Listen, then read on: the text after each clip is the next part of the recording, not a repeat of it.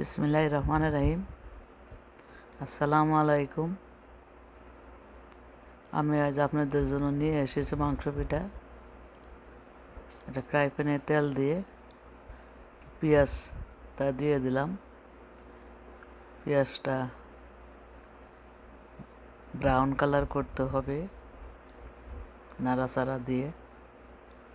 আর আমি একটা মুরগি হলুদ লবণ দিয়ে প্রথমে মুরগিটা সিদ্ধ করে ওইটার পানি ফেলে দিয়ে তারপরে ওর ভিতরে মশলা দিয়ে মুরগিটা কষিয়ে নিয়েছি। হাড্ডিগুলা ফেলে দিছি, ছোট ছোট করে ছিঁড়ে নিয়েছি। এখন এই মুরগিটা এর ভিতর দিয়ে দিলাম। মশলা দিয়েছি অল্প। এখন আমার গাছের বল সুন্দরী মরিচ দিয়ে দিলাম। আর রসুন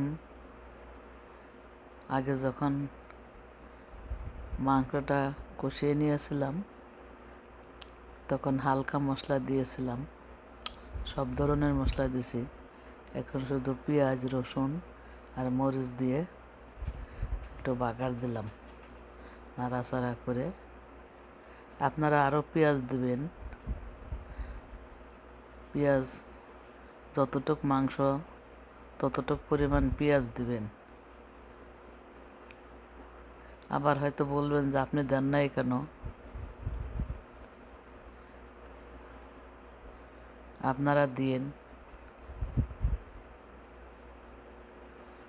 পেঁয়াজ যত পেঁয়াজ দেবেন ততই মাংসটা মজা লাগবে, পিঠাটা মজা লাগবে। এটা মুরগির মাংস তো একটা জাল পিঠা বানাবো। মাংসটা আমার রেডি। জুড়ানোর পরে আমি ধনিয়া পাতা দিয়ে মেখে রেখেছি। আমি কেন পেঁয়াজ কম দিয়েছি, আমার ফ্যামিলিতে একজন পেঁয়াজ পছন্দ করে না, এই কারণে। এখন আমি একটা বাটিতে 3 কাপ ময়দা নিয়েছি। এই ময়দার ভিতরে পরিমাণ মতো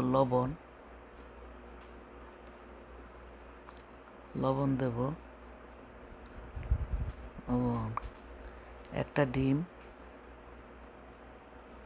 আর 3 টেবিল চামচের মতন সাদা তেল দিয়ে মেখে নেব রুটির মতন করে। দেখেন গোলাটা আমি মেখে নিয়েছি ঠিক রুটির মতন। এই যে নরম, একবারও শক্ত না একবারও নরম না। এখন বড় একটা রুটি বানিয়ে নেব। রুটিটা একবারও পাতলা হবে না আর একবারও মোটা হবে না। এই মাংস পিঠা অনেকভাবে বানানো যায়। আমি গরুর মাংস দিয়ে, আমার শ্বশুরবাড়ি টাঙ্গাইল মির্জাপুর, তারা সংসা পিঠা করে। কিভাবে করে যদি আল্লাহ বাঁচায় রাখে দেখাবো। এই একটা রিং দিয়ে আমি এগুলা গোল গোল করে কেটে নেব, তাহলে পিঠাগুলো সব এক সাইজের হবে। আর এই যে দেখেন কতটুকু পুর রাখতে হবে, রুটির চেয়ে একটু মোটা রাখতে হবে। এভাবে আমি গোল করে নেব।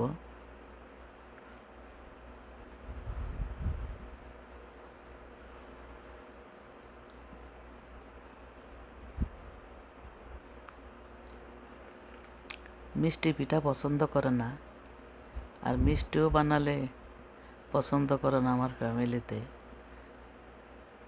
আমি বড় বিপদে আছি, মিষ্টি বানাইতে পারি না এদের জন্য।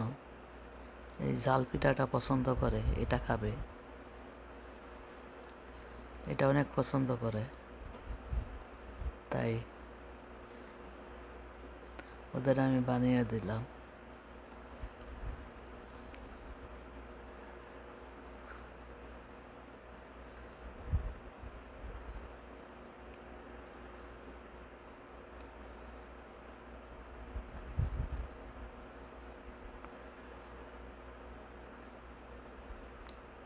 এখন একটা ইসের ভিতর মিডেলে এই পুরটা, মাংসের পুরটা দিতে হবে, দিয়ে সাইড দিয়ে পানি দিয়ে চেপে চেপে দিতে হবে যেন খুলে না যায়।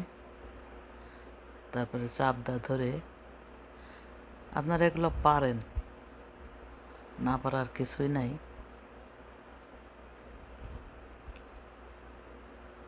এভাবে চেপে চেপে যেন খুলে না যায়। তারপরে একটা কাঁটা চামচ দিয়ে দেখতে সুন্দরের জন্য একটু ডিজাইন করলাম, হাতেও করতে পারি, তো এইটাই সোজা। এটা করলে পিঠাটা একটু বড় হয়, আর হাতে করলে পিঠাটা একটু ছোট হয়ে আসে। এভাবে আর একটা পিঠা আমি দেখাবো, দেখেন কত সুন্দর হয়েছে।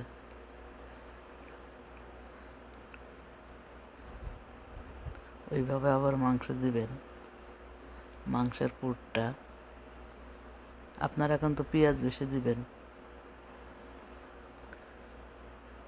তাহলে আরো মজা লাগবে। ঝাল বেশি দিবেন, যে যেমন ঝাল খান, আমরা ঝাল কম খাই।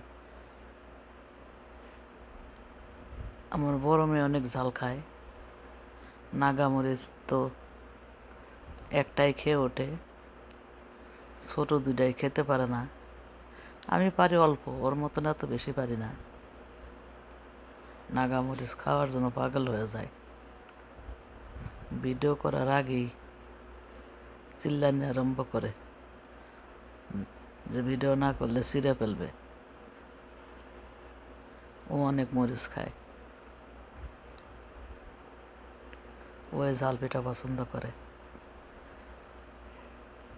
এভাবে আমি সবগুলা বানিয়ে নেব।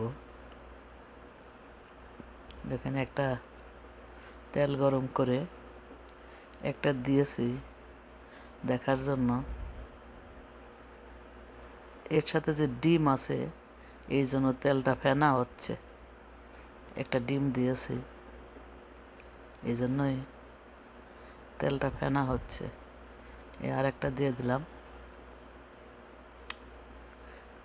ঠান্ডা তেলে দিয়েন না, তাহলে পিঠা খুলে যাবে। তেলটা গরম হতে হবে।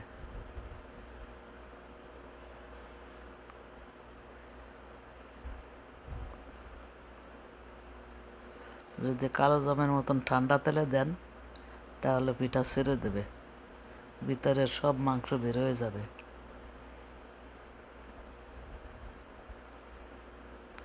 এটা ঝাল পিঠা। আশা করি আপনাদের ভালো লেগেছে, বাচ্চারা অনেক পছন্দ করবে। এভাবে আপনি হাফ কুক করে, তারপরে তেল থেকে উঠিয়ে ঠান্ডা করে একটা বক্সের ভিতর টিস্যু দিয়ে রেখে দিতে পারেন।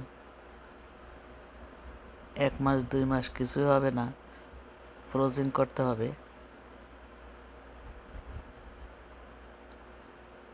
তারপরে মেহমান আসলে বাইর করে কিছুক্ষণ পরে ভেজে দিবেন। দেখেন এক পিঠ হয়ে গেছে, আর এক পিঠ আমি উল্টে দিয়েছি। এটা আস্তে আস্তে ভাজতে হবে, তাহলে পিঠাটা মচমচে হবে, ক্রিস্পি হবে।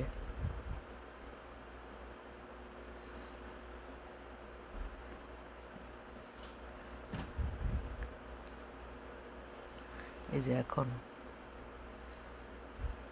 প্রায় হয়ে গেছে, কিছুক্ষণের ভিতর নামিয়ে ফেলবো।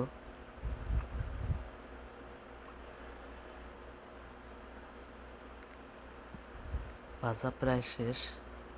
এরকম আস্তে আস্তে ভাজবেন, জোরে ভাজবেন না, তাহলে পুড়ে যাবে, ভিতরে নরম থাকবে। তা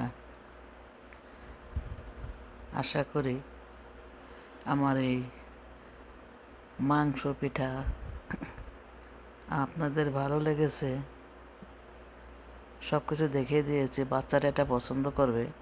বাচ্চাদের টিফিনে এটা দিতে পারবেন, মেহমান আসলে ফ্রোজিং করে রেখে ভেজে দিতে পারবেন, অনেক পছন্দ করবে। এই ঝাল পিঠা অনেক পছন্দ করবে, যে কোনো লোকে পছন্দ করবে। সব কিছু আমি দেখিয়ে দিয়েছি।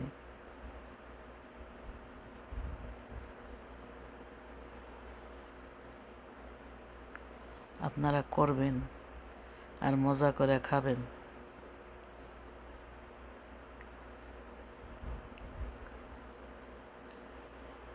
এখন একটা সাউন্ড করে শোনাবো, কিন্তু সরি, সাউন্ডটা তো আপনারা শুনতে পাচ্ছেন না।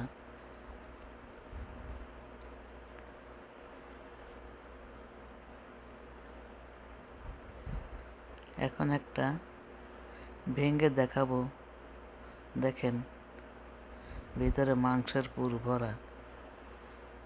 আমি বারবার বলছি আপনারা অনেক পেঁয়াজ দিবেন, পেঁয়াজ দিলে অনেক মজা লাগবে। মাংসটা ভাজার সময় পেঁয়াজটা দিবেন, কাঁচামরিচ দিবেন। তো আশা করি আপনাদের ভালো লেগেছে। ভালো লাগলে লাইক কমেন্ট শেয়ার করবেন, সাথেই থাকবেন। আবার হাজির হয়ে যাব অন্য কোনো ভিডিও নিয়ে। আসসালামু আলাইকুম।